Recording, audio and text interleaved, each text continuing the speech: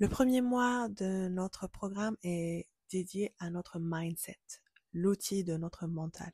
Et pour démarrer ce travail de clarté, nous allons plonger dans l'essentiel, la méditation.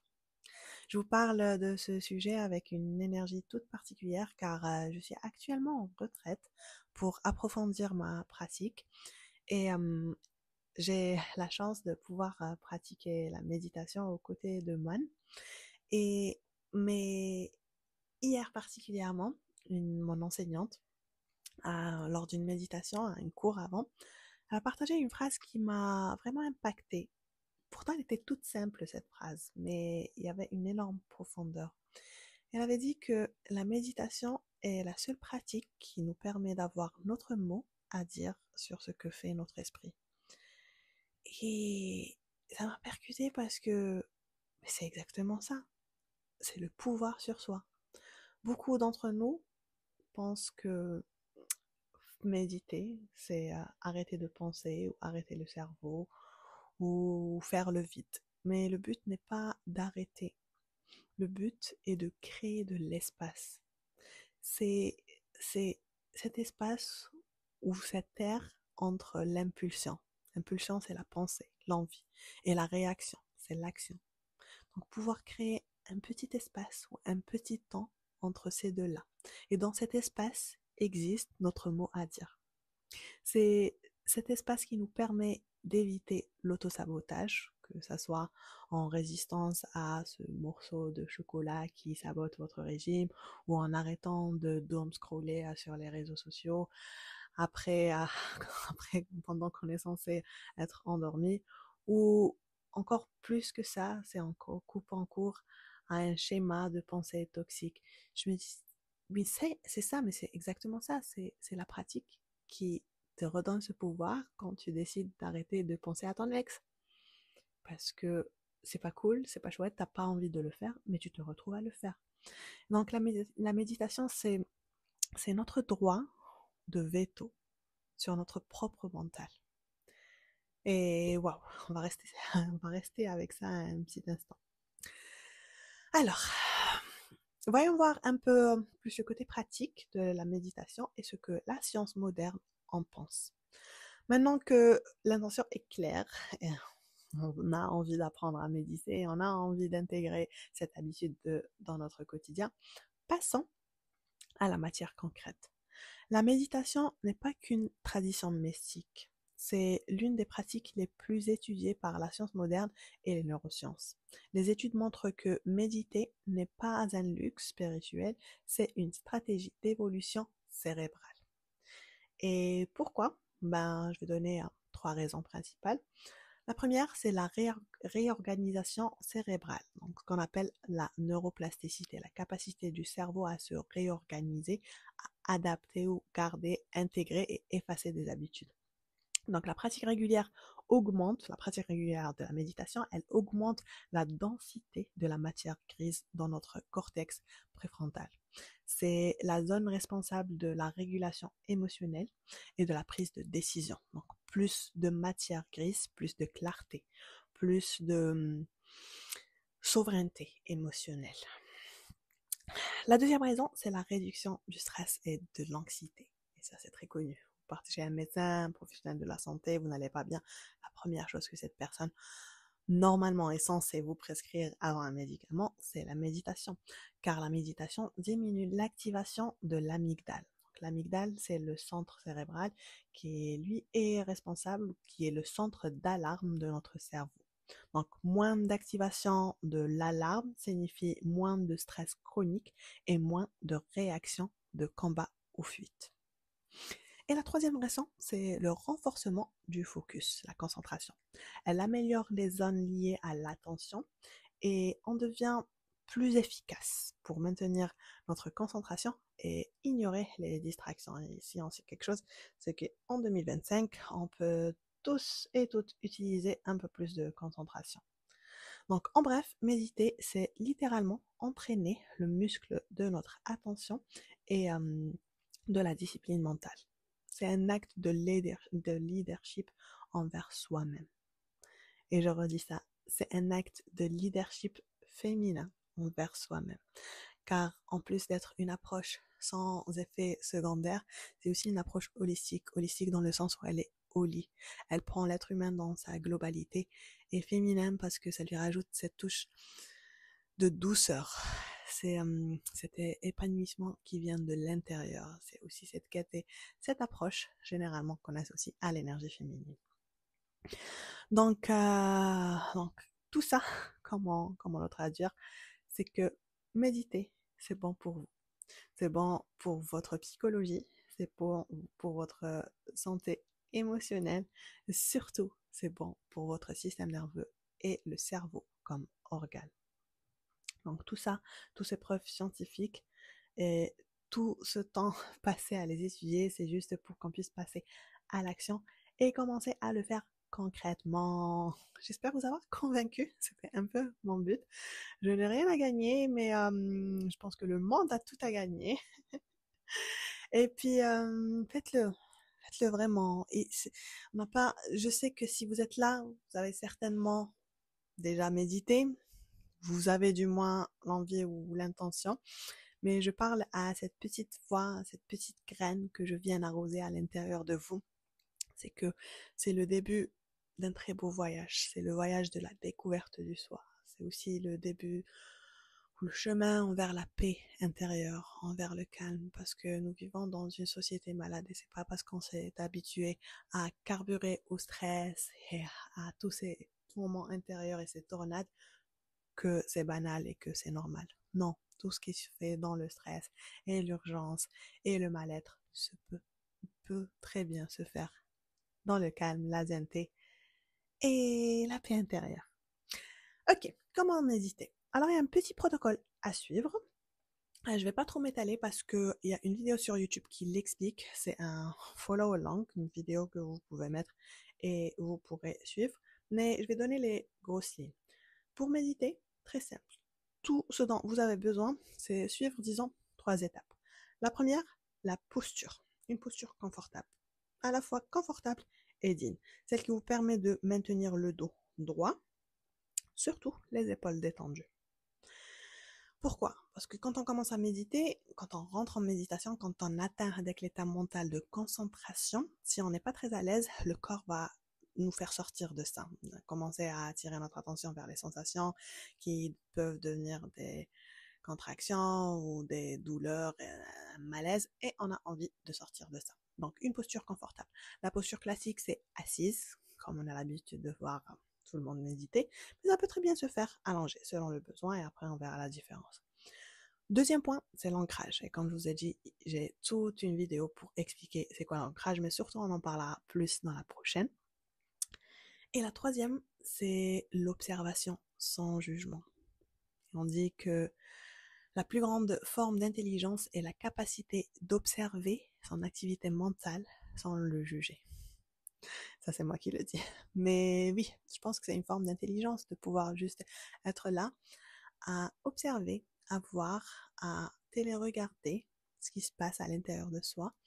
Et comme un téléspectateur, juste regarder.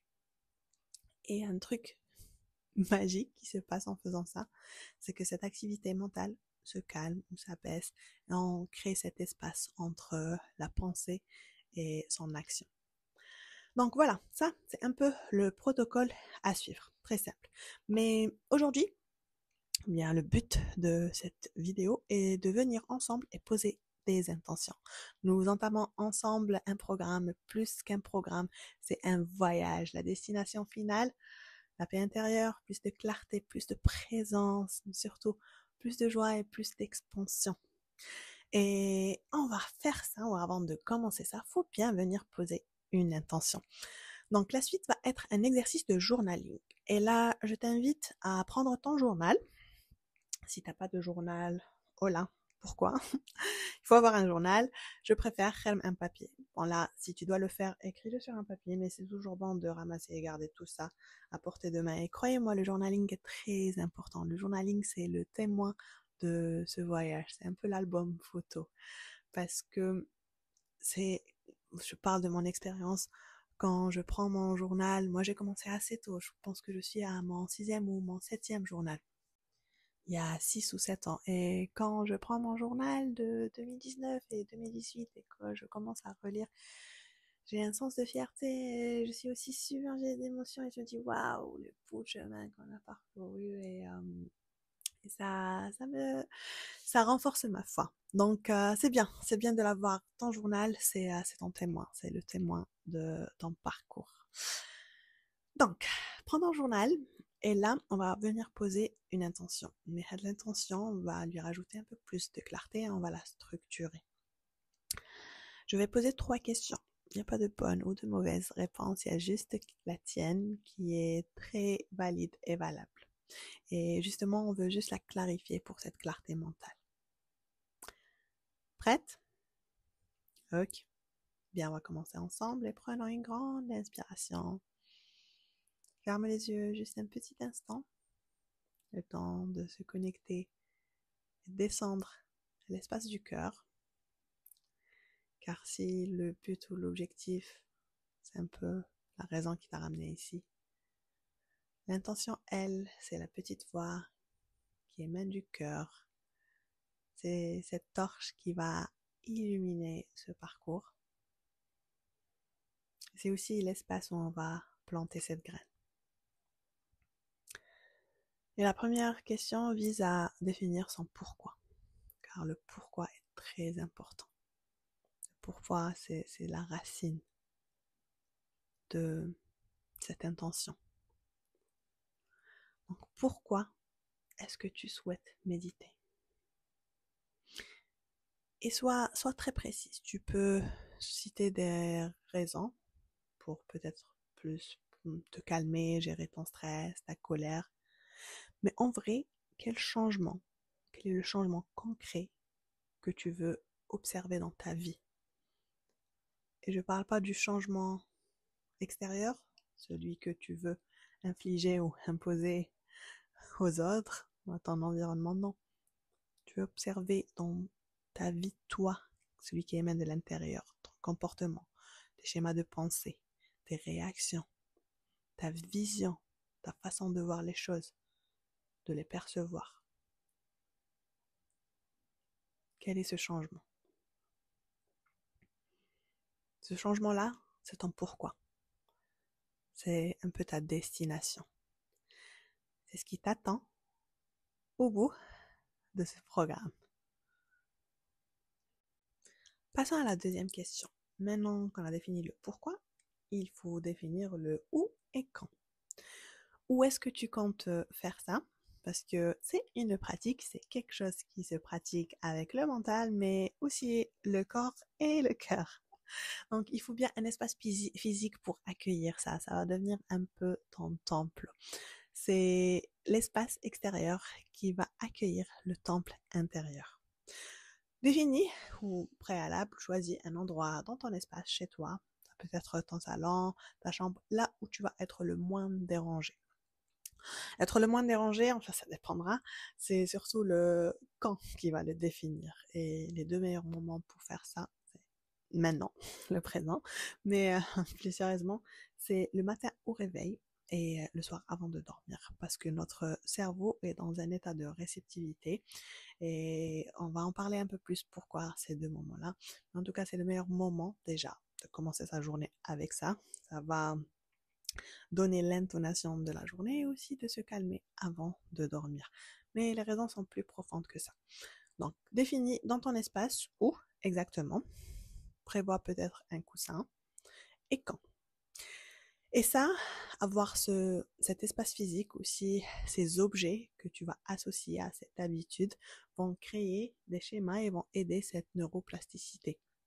Parce qu'à chaque fois que tu vas passer par cet endroit ou que tu vas voir ce coussin ou cette bougie ou cet encens, tu vas te rappeler de le faire. Il y a les endroits Les endroits, surtout, ils retiennent l'énergie. C'est pour ça qu'on se retrouve à faire la même chose dans certains endroits. Que ce soit de bonnes ou de mauvaises choses, comme prendre son café, la chose la plus banale, comme à chaque fois que tu plaza, que tu as envie, te rappelles d'une petite habitude pas très saine que tu as envie de faire. Bref, donc, pourquoi, quand et où? Et la troisième question va demander un peu plus d'honnêteté, mais surtout de réalisme. Là, sois honnête avec toi. انت اللي تعرفي روحك كيما تعرفي روحك et sois un peu réaliste. تعرفي روحك على حسب les expériences passées مع روحك. Combien es-tu prête à investir dans cette habitude? Et c'est quoi tes attentes? Quel est le retour sur investissement que tu veux avoir? Parce que oui, c'est une habitude et si on veut intégrer quelque chose dans notre vie, c'est pour en tirer bénéfice. C'est le but ultime. Sois honnête. Dans le sens, oui, exemple, moi, je suis prête à investir 5 minutes par jour. 5 minutes au réveil, je viens, je m'assois, je médite et je voudrais avoir un retour de 30 minutes de calme. Genre, je viens, je médite 5 minutes, après Moraha, j'ai 30 minutes de calme. Ou bien, moi, j'ai envie de faire ça 3 minutes avant une réunion et le retour que je voudrais avoir, c'est la concentration ou bien pouvoir gérer mon stress quand je prends la parole tout le long de la réunion, je sais pas, 30 minutes, 60 minutes. Voilà, vraiment, délai un tableau, voilà ce que je suis prête à investir. Je vais faire ça pendant 1 mois, 21 jours, etc. Et après, je voudrais avoir ça. Et sois honnête avec toi. Commence petit aussi. Là, c'est le début, on a envie d'entamer ça, donc on va se fixer des objectifs. Après, on va s'effondrer. Non, on va y aller mollo. On est en train d'apprendre, donc il faut aborder ça avec un mental de débutant. Et même si tu as l'habitude de méditer, joue le jeu. C'est peut-être facile pour toi, alors upgrade. Fais un petit upgrade, mais progressif. Voilà, donc c'était un peu ça l'exercice de journaling. Je t'invite à partager avec moi tes intentions, c'est ce que je fais moi d'habitude sur le groupe WhatsApp, le 6am Flow Club. Si tu connais pas, c'est cette plateforme, le groupe WhatsApp, mais aussi ton studio de yoga à la maison qui te permet de adapter, surtout intégrer et garder cette habitude de mouvement physique, mental et spirituel au quotidien. Nous retrouvons tous les jours à 6h30 du matin, les jours de semaine, pour venir commencer la journée de la meilleure façon possible. Où j'espère vraiment te retrouver. Je vais laisser également les détails la description de cet épisode que tu peux checker. Et je te donne rendez-vous prochain épisode pour la suite. Entre-temps, rappelle-toi que ton existence est un cadeau de l'univers. Continue à rayonner, illuminer le monde autour de toi de ta présence pendant que tu trouves ton flow.